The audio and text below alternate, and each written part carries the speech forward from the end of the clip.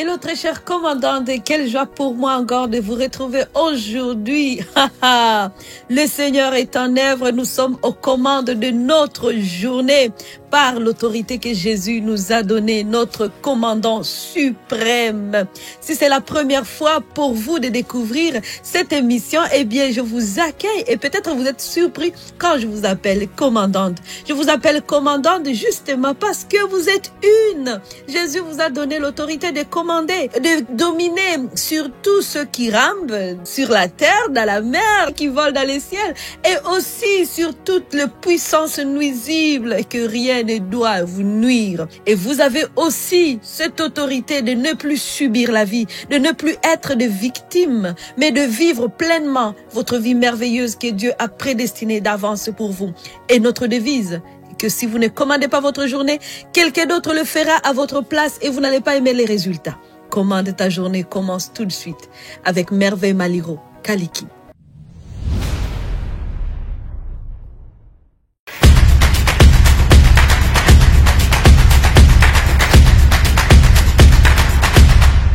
Lorsqu'on parle de commander sa journée, nous parlons de notre journée. Nous commandons avec la parole de Dieu. Nous savons ce que le Seigneur a dit sur nous. Nous savons les promesses. Nous savons sa parole. Et on prend la parole, on déclare la parole de Dieu. Mais aussi, nous associons des actions à la parole déclarée pour produire des bons résultats. Nous ne voulons pas que la maladie, que la pauvreté, que la dépression domine sur nous, ait le pouvoir sur nous, nous conduise ou nous télécommande. Non, nous voulons pas. Nous voulons que ce soit nous qui décidons à quoi doit ressembler notre vie, justement en collaboration avec le Seigneur Jésus.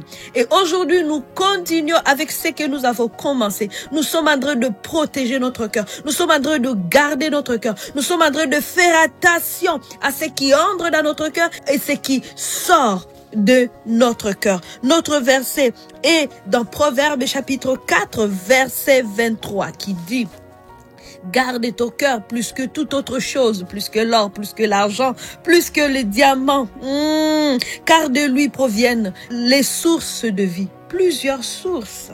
Oh, wow! Les sources de vie proviennent de ton cœur. Et précédemment, j'ai dit que ce que nous vivons aujourd'hui, ce que je suis aujourd'hui, est juste en train de révéler ce qui est dans mon cœur.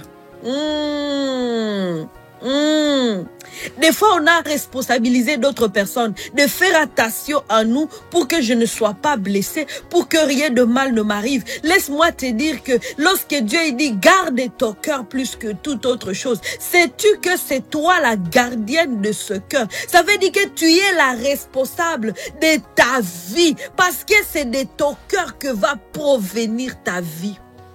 La parole de Dieu nous le dit encore. Dans 1 Jean, on lit que Jean, il dit, bien-aimé, je souhaite que tu prospères comme prospère l'état de ton âme.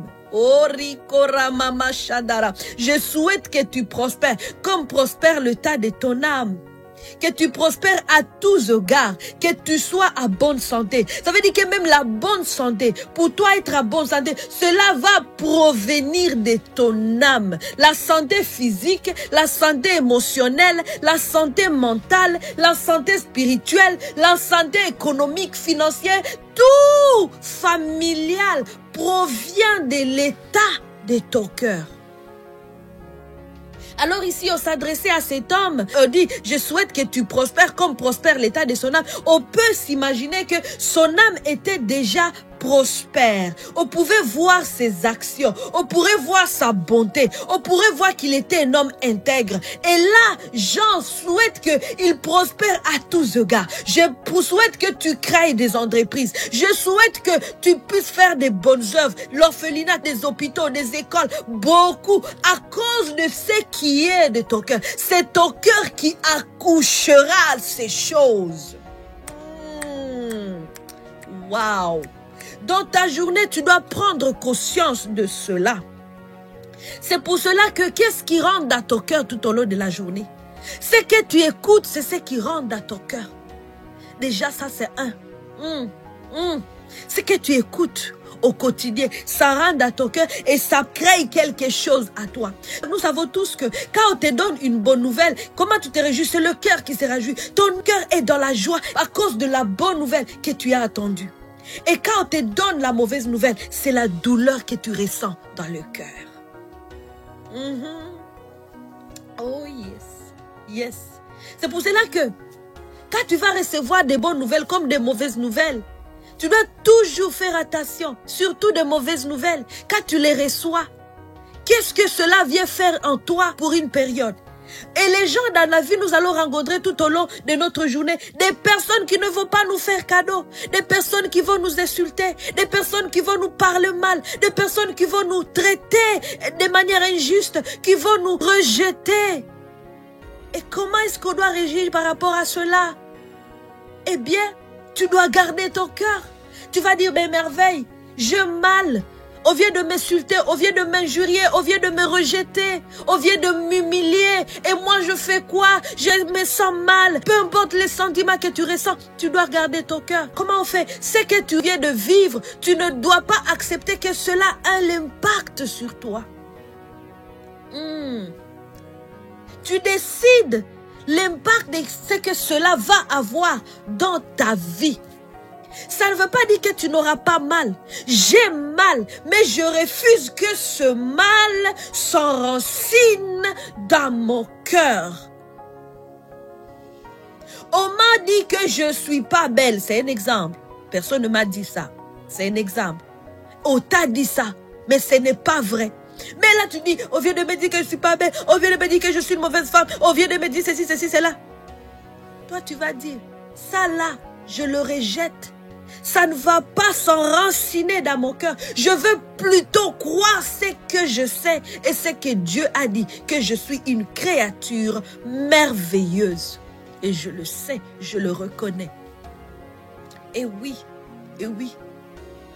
Pour garder notre cœur, on garde notre cœur avec ce que nous connaissons de Dieu, ce que Dieu a dit. Au lieu de croire à ce que les hommes disent, on va croire à ce que Dieu dit. C'est ça. Quelqu'un te fait du mal dans la journée. On garde son cœur par le pardon. Le pardon ne veut pas dire accepter le mal. Le pardon veut dire je ne veux pas que ce mal ait un impact sur ma vie. Alors, je décide de te pardonner.